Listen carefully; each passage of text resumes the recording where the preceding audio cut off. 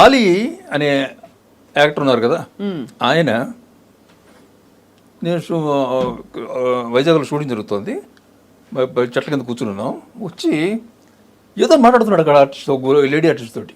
ఏ భాష ఏం మాట్లాడుతున్నావు అన్న. మలయాళమా అన్న. కాదండి జిబ్రిష్ అని.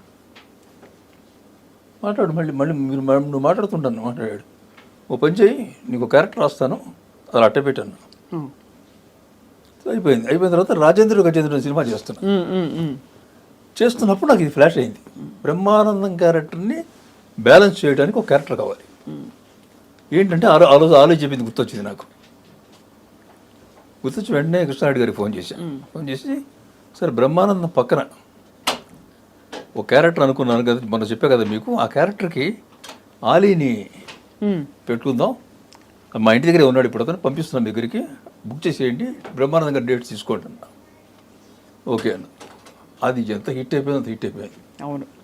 దాంట్లో ఆలీ మాట్లాడిన ఒక్క మాట కూడా నాది కాదు, ఆయనదే. అంతే. నేను క్యారెక్టర్ ఫిట్ చేయడం, అక్కడ అది అలా కూర్చోబెట్టడం నేను చేసిన పని. 2 లైన్లు కొత్త భాష చెప్తారా సార్? ఎంత చేట